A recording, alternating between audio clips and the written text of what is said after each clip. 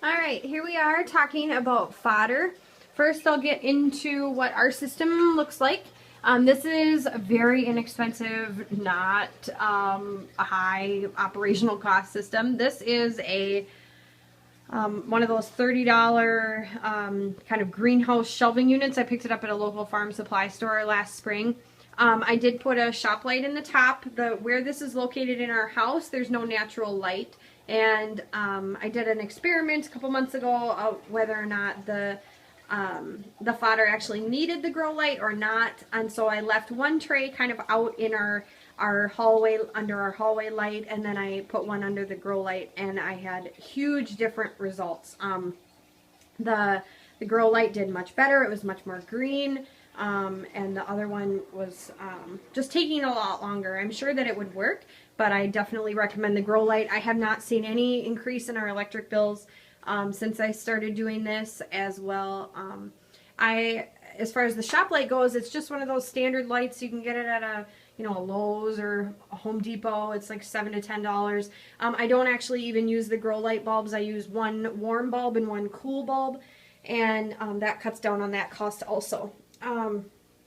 As far as the seed that we're growing, I grow a barley seed with just a few sunflowers mixed in. I added the sunflowers in this winter because I wanted the rabbits, and we feed rabbits and chickens with ours, and I wanted them, the chickens really like it. It's kind of a nice treat for them, and then the rabbits need that extra fat and to help their coats in the wintertime with it being so cold.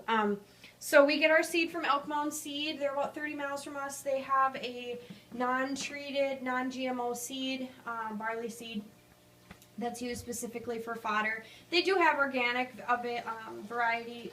Elk Mound Seed doesn't, but there are organic varieties available. It's just not local for us. So this is what we're using for now. And then we also, that's our black oil sunflower seed. I picked it up at a farm supply store.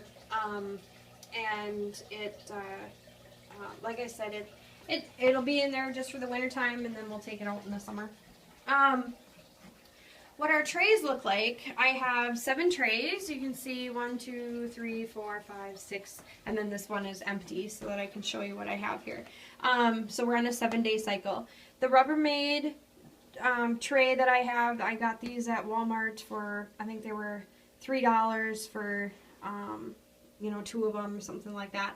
And then I just put holes in one end I just burned them in there with my hot glue gun. A word of caution, these holes are too big.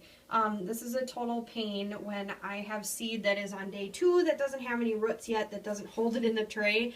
When I'm rinsing the seeds, a lot of them fall out of these holes, so then I have to dig them back out and put them back in the tray again. So when you're doing this, I would recommend a smaller hole than what I have shown here.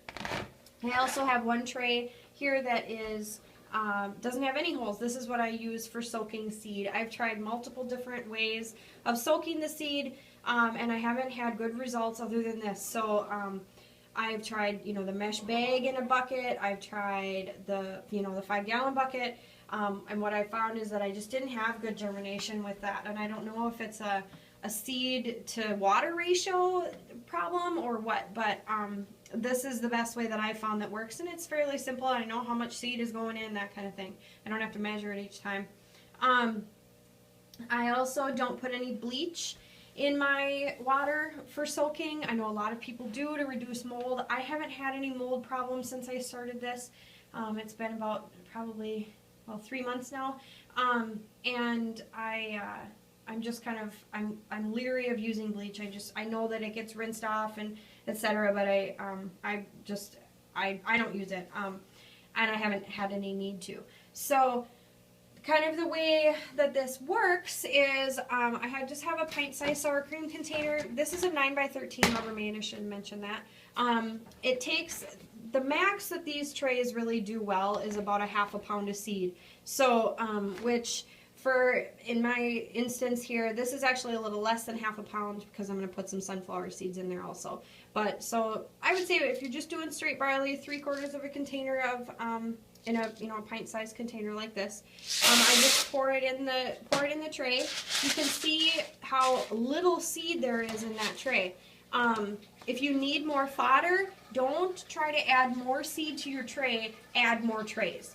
What you're going to find is that the more seed that you try to put in, there's kind of a fine balance between too much and too little.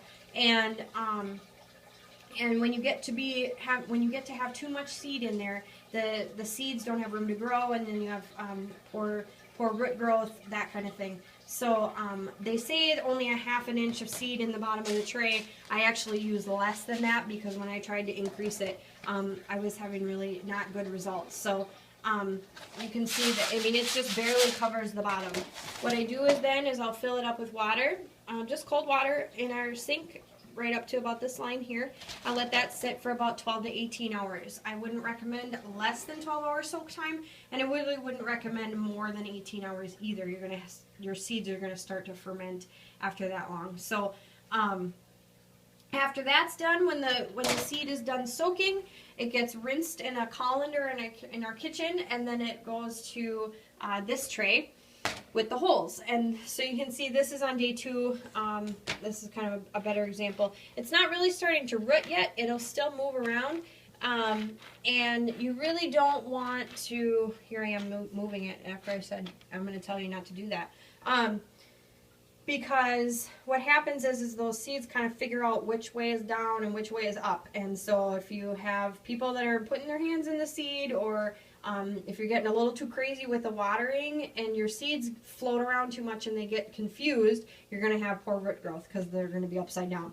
I have a 4-year-old, and she decided to use it as a sandcastle one day, and that tray didn't turn out very well.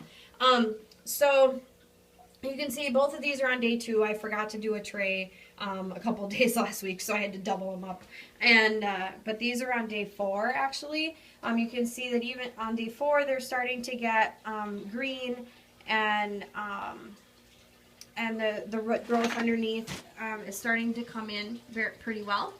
And then this is day 6, so you can see what the difference is between day 4 and day 6.